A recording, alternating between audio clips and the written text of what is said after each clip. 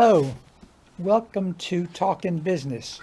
I'm Joe Catrambone, CEO of the Stuart Martin County Chamber of Commerce, and I'm pleased today to have one of our trustees with us, Gerald Chaya, who his company is it HIS Image Solutions? Yeah, we go by his Image Solutions. Yeah. Yeah, okay. So his Image Solutions helps businesses grow through strategic sales, lead generations, faith-based business development. With over 25 years of experience in sales, operations, and business development across industries like HVAC, electrical, roofing, and marketing, he specializes in creating custom growth strategies that align with an organization's values and mission. Did I get that right? Yeah, it's kind of a big mouthful, isn't it? Well, I want people to know about you, and rather than me try and explain it, it's easier for me to read it. So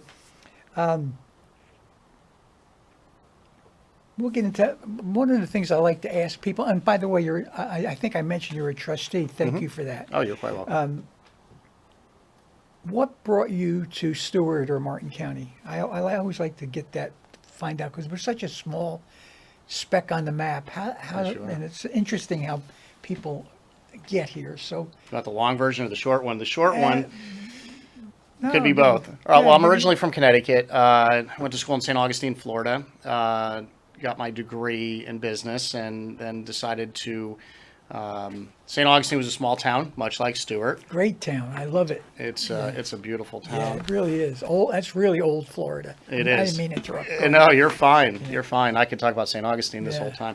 So I then moved to Tampa for a better opportunity in business, and then that catapulted my career into a lot of marketing and sales, where I produced a lot of corporate events globally, and did that for quite some time. COVID kind of stamped that out. And right before COVID, I was getting ready to welcome a new child into the world, and realizing that I had a career that was a little bit road heavy. It would be good to be around some family. And my wife had tons of family here in Stewart. They've been, I think, 3, maybe 4 generations Stewart. Really? Wow. Owning, a roofing company at one point that was quite successful and was here for quite some time. Also members of the chamber. So I came over here to get a little bit of help, and then I started working with my father-in-law in Stewart, and we've been here for 7 years now, 8 years. And in the beginning, I thought it was a very small town, but the more I kind of get into it, it is a small town, but there's lots of tentacles, lots of growth tentacles, if that makes sense, especially lately. Yeah. So yeah, that's how I ended up in Stewart for family and kids. Did you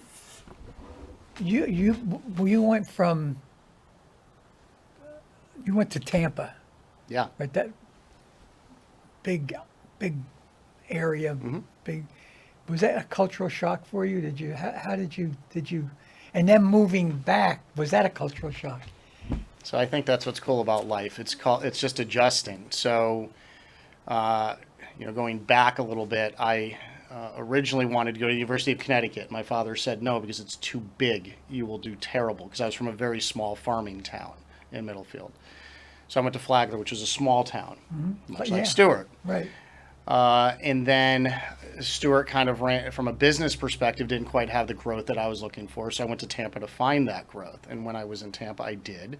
And culturally, yes, huge city, welcome traffic every day, hour commutes back and forth to work. It just lots to do and lots to get into, lots of opportunity. So that was really cool. So culturally, it was big boy pant time when I got to Tampa. Lots of competition, especially in the marketplace. Then I came to Stewart, and it was, it was small time again. So I kind of had to adjust. But yeah, Stewart has a ton of growth potential. I think in the last 4 or 5 years, especially, it's been booming. So that was quite interesting coming to this area and seeing that. But yeah, culturally, I think I've ping-ponged a little bit. Yeah. But I think I've always felt more natural in the smaller settings. That's how I was raised.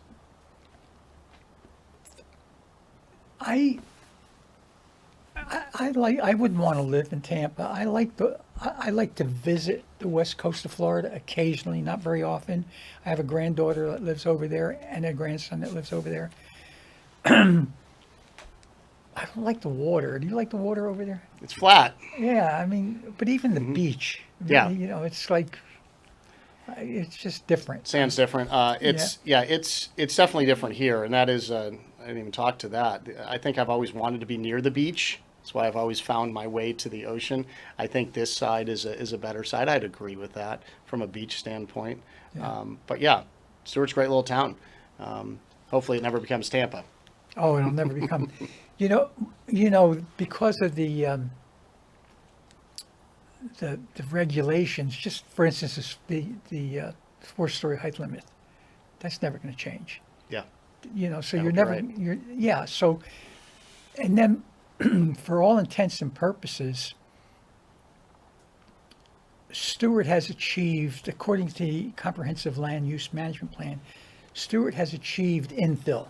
Do you understand that? What that I do means? not. Okay, so infill means when every possible parcel of land is developed, you've achieved infill So we've done that. in your urban service area. Sure. So we are 95% there. So the parcels that are available are probably little spots in Jensen Beach and maybe little spots in Hope Sound and areas like that. So we'll never, ever change the urban service boundary. And so in order to build outside of the urban service boundary, you have to go through a legal process to do it. Sure. So we are what we are. We're never going to be a Tampa. We're never going to go have the 12-story buildings and things of that nature. And it's interesting. Most people move here for that reason. So we're all like-minded. Small. Yeah. Nobody comes into town and wants to put up a building like you see over there. No. It's not going to happen. No. Well, thank God for that. Yeah. So, but it's and we're not, it's not for everybody. But the thing I get a lot of people obviously come through my office thinking about moving here, moving business here. I said to them, look, we roll the sidewalks up at 9:00. But Palm Beach is 30 miles away. Yeah. So go have your nightlife or do whatever you want down Yeah, there. I agree. It's right there if you want it. Yeah. And Tampa was the same way, being a bigger city. You needed to still drive 30 minutes to get to wherever it was that you're going. Yeah, and the traffic is murder. Traffic is murder. So tell me explain to me and our viewers about what you consider your faith-based methodology in building a business. Explain that to us. So there's a couple layers to it. Probably the easiest way to explain it, I'm now 51 years old. I've worked in corporate America most of my adult life, if not all of it. And I realized that working for big organizations, it's quite difficult to make an impact. It's difficult to make an impact within change, within people, within the organization, because they're giant machines. Not to say that they're not good, but for me and where in my personal growth and development, when we say faith-driven, I think the world looks at life as growing financially. Like our success is built on how big our house is, how nice our car is, what memberships we have, if we're golfing enough. We look at it that way. And I think I fell into that for a long time. Probably since my first son was born, I started looking at and reflecting that family was a little bit more important to me. People were more important. And I think I always knew that. So I had the opportunity about a year and a half ago, to start something. My father-in-law had this idea that we would, yes, always build businesses. That's the other part of it. But how do we do that? You do that through people. So what we decided to do is find folks that have good moral character, that want to own their own business, that want to grow in this area or in Florida, but really we started in this area, and find folks that want to own their own business and give them that opportunity. Well, what does that mean? Most folks that own their own business may not have the capital. They may not. It's usually the number one. Number one, right? And usually the capital runs out in the first 6 months to a year. So they may not have the capital, but it goes past that. And I think the part where we want to make the most impact is teaching folks how to do it. So it's not just the money. It's the opportunity to grow in a marketing area, to grow in a sales area, to grow in an operational area, to grow in the finance realm. And there's a group of 6 of us, and we have other tentacles out there, and we come in, and our idea is to help educate that person and help them become a leader in the business community and eventually an owner of that company. We'll always be a part owner in a sense. Some people have asked, are you one of those folks that grabs the company, consolidates it, and then sells it off? That's not what we do. The idea is to always make it kind of a long-term goal. But within that, we want them to adhere to our values. And our values are, taking care of each other. Money is a secondary, although it always comes into play for all of us. But we want to make that the secondary focus. We want to build character, build men, build community, do all of that, and focus on that. The money will come second.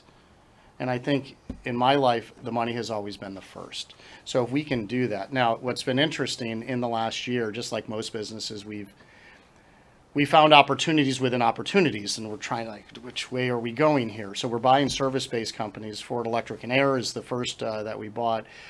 We bought a company called Master Tech, which is a dryer vent cleaning company, and we're finding folks to eventually run that, teach them so they can run those companies.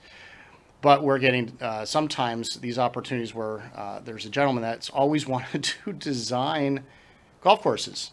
He's always worked for the big boys, right? And he's always wanted to design his own golf course.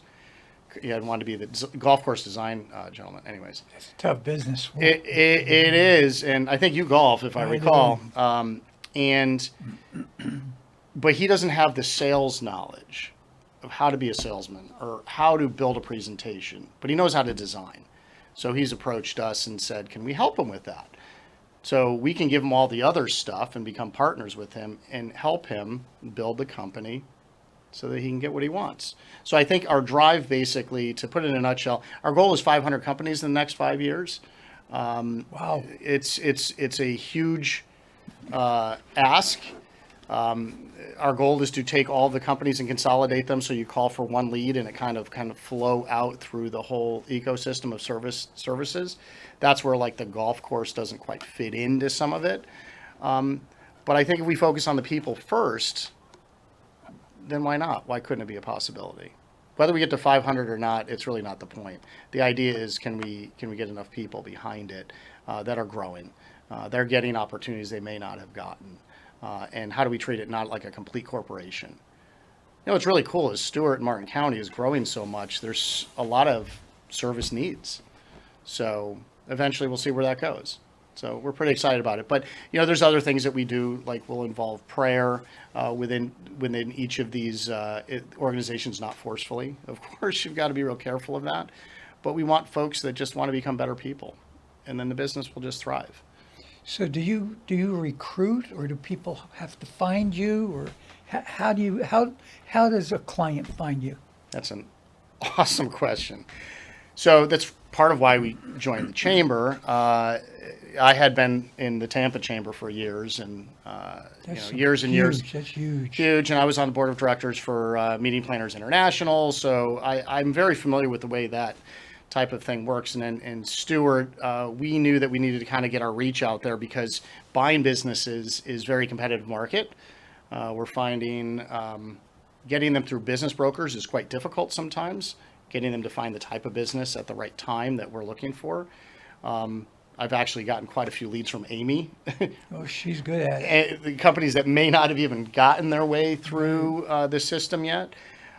So for me, that's been helpful from a recruiting standpoint of new businesses. Now, when it comes to people, we didn't really know, right? So we weren't sure how we were going to grow it. We just knew we would just do what we do and do the good thing. Well, so how are we doing it? We would just do word of mouth, and people would fill out a form, and we'd interview them and agree upon it as a group of this is a person we wanted to work with or not, and see what their skills were, and then kind of try to match them into a position and see if they're they could be an owner, but they don't have to be.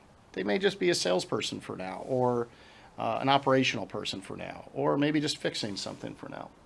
And then we can grow to whatever they can grow into. So we started through just word of mouth at first. Then past that, we just finished our website. Our website came up about a month ago. So we're going to have some forms on there. People can do that. We'll do some social media stuff to get the word out. But essentially, that's where I'm looking for the Chamber of Commerce to help. And honestly, the meetings I've gone to, it's been rapid fire with opportunity. Not only on the business buying side, but on the people side of people just looking for something a little different. So, so the recruiting side hasn't been an absolute need, but to get to 500 companies, it's going to need to be. Yeah, that's a big ask. So, describe to me your prototype client, or how do you target someone? Do you target an industry? How do you find these people? So that's been part of the fun of the last year, trying to, yeah. I don't know as if we perfected that yet. So what I mean by that is when you're buying businesses, business brokers have a laundry list, right? So we would kind of weed through that and figure it out right now. But what I've noticed is every business has its unique problems. Every business has its unique area that it kind of builds in. But I think where we've landed is the service-based industry. I've worked in service most of my life for corporations in marketing and sales. My father-in-law has been service his whole life with lawn maintenance companies and a roofing company. Yeah, that's the bulk of our businesses. Is service-based, right? So I think on the business side, we've landed on the service-based industry and finding things that kind of can match and be cross lead generation within that. Now, when it comes to people, I think in a perfect world, educated person who's faith driven, who's got 2 or 3 years of experience in business of some kind, that'd be a great candidate. Someone who wants to grow and build their own business. But what we're finding is everybody has a completely different story, a completely different way about it. So That's the truth. So I don't even know if college education is necessarily always the case needed. I think someone who's smart, has a great attitude, wants to learn, doesn't mind hanging out with 6 grumpy old men. There's some younger guys too. But just wants the opportunity to do something a little different, kind of different than the way that the business world works. And having some hope that I think we lose a lot in a lot of these businesses. We become machines within business. We don't want to be the machine. We want to be kind of working with you in real time. Lots of companies say that. We want to try to do it. So a perfect candidate, I think if you got a good attitude and you're smart, my dad always said if someone's got the right attitude and they have a little intelligence, you can teach them to do anything. And I agree with that. So I think that's what my chamber experience is going to be over the next course of time, is bumping into those cool examples of people that want to try to do something a little different. How could the chamber help you? Yeah, well, here's what I'm thinking. First of all, 100% of people I've met who are going into or would like to go into business, the thing that's holding them back is financial. It's finances. You seem to be willing to provide that. So we could I'm just trying to think now, but you need to get in front of people who have a need. We could do a seminar, a workshop. If you're familiar with our conference room, we could seat 25. We could actually, in auditorium style, and it's not going to happen, we could seat actually 80 people auditorium style in stacked chairs. But around the table, as you know, we could seat 25 or 30 people. We could bring people. There's a hook. There's always a hook, okay? And if you talk about, let's just say, are you interested in starting a business? Do you need finances? Do you need financial aid? Come to the chamber for this day at such and such a time and learn. You got your own shtick, whatever you put together. Would that work for you? 100%. And I think I asked my father-in-law that yesterday. We had a meeting, and I said, "So we ready to get moving quick?" And he said, "What do you mean?" I said, "Well, once we start telling our story out and about, things can accelerate. Acceleration's a great thing, but building to scale is another. So we're kind of caught in between the both. But I will tell you this: there is not an opportunity or a person opportunity to get to know. We actually that we wouldn't say no to. And I think the idea of the more people know it, the more opportunities and ideas come. There's a person who's not a member of your chamber that is moving to town from Canada that Amy turned me on to. Very nice gentleman, and he's looking for a partner. He wants to move to the States, and he's got some money, and he's got some skills, and he's got these cool things, and it's something I never would have thought about. But I got spitballing ideas with him, and it might become something. Who knows? We'll see. But the idea of getting the word out and these opportunities just kind of flowing, that's where good ideas and good things can happen. I there's no doubt in my mind, and would have to. You're the expert. We would put together something. There's no doubt in my mind we would probably have to turn people away Oh, yeah.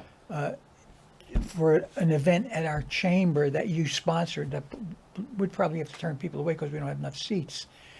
But I mean I think that is the thing that always and ever, when people come in to talk to me, they're always looking for investors, financial assistance, things of that nature. I mean, there's how many people are walking around with enough money to start up a business,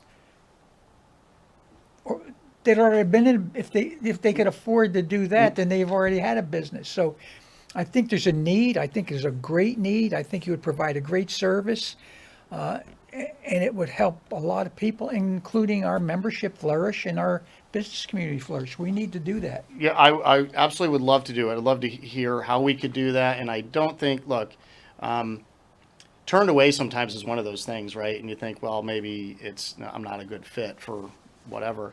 But turned away is sometimes based on timing. And if it's the right opportunity, sometimes the timing accelerates. So meeting enough people with the right story, maybe there's plenty of fits all over Yeah, the well, place. when I meant turn people away, it's because we wouldn't have enough seats for them. Oh, well, just put them on the roof. Yeah. So why don't we plan on doing that? We'll Sure. get together next week. Come on in, sit down, and we'll put together an idea. Pick a time out that the room is available, and offer it. I think it's a wonderful opportunity for our chamber members to have a chamber member like you, who, for all intents and purposes, you're not call yourself a business broker, but No. but basically that's what you are. Yeah, I mean, you could say it that way. Yeah. We're trying to steer clear of that. Yeah, Mentally, you I get it. Yes. I do. I Yeah. do get that, and there's Yeah. kind of a stigma with that. Correct. So we'd have to figure all of that out. But I mean, our staff, we could figure that out in a heartbeat. And who would be a good fit. Amy's been great at that. And I think from a who needs to come, yeah, it's folks that want to be better in their business or even start their own business or whatever that looks like. But also, there's a gentleman I'm meeting with next week. I don't think he's a member of the chamber. He may be. But I'm meeting with them in 2 weeks, and they are folks that are 60 years old. I believe life's about stories. Everything resonates Of through course. stories. They're about 60 years old. They want to retire in a couple of years. They've got a pretty successful business. They have no family that wants the business. They don't know if they're interested in trying to go through the whole selling process, but they want to work for a few more years and maybe have something after that. So we're going to have conversations with them, and it might turn out where we get to be partners with them, and then grow with them for a few years, and off they go, and they're part owners. And the point is, from what I've understood about the demographics of Florida, this seems to be happening a lot. A lot of folks want to hand their business down, and there's no one to hand it to. So if we can be the right leader with them, It's true. It's a real problem. Yeah. It really is. it's a shame. We'll sit down and we'll draw up a profile of the type of person that we would think needed help. And then we can target our members and just target those people. Maybe we'll target 25 or 30 people rather than inviting the whole chamber. Pick out people who we think have a need and invite them in. And then and we could do it again if it works Sure. out. So Yeah, I look. I like to talk, so you Okay, can set these good. up weekly. All right. You got anything else you want to talk about? We covered anything? Anything we missed? I think we've done a good job on it. I do want to say one thing about the chamber. I've been part of the Tampa Chamber before. I've been part of Meeting Planners International before. I've been part of other organizations as I've grown through my life. But I got to say, I felt like I've been home. Not because I live here in Stewart, but your staff has done an exceptional job. Meaning, when I did have a stroke 6 weeks ago, and it seemed like Amy cared more than some of my best friends, if that makes sense. Yeah, it does. That's her. That's how she is. But for that, we just recently used your meeting room for something else. We had a meeting there last week to do some stuff. But your staff has been overly accommodating, absolutely fantastic. And Thank you. I call them my dream team. Yeah. They are. They're really good. Thank you. You've for done a that. great job. You've done a Thank you great for job that. with them. Thank you so much. No problem. Okay, I'll look forward to meeting with you next week. I can't wait. Okay.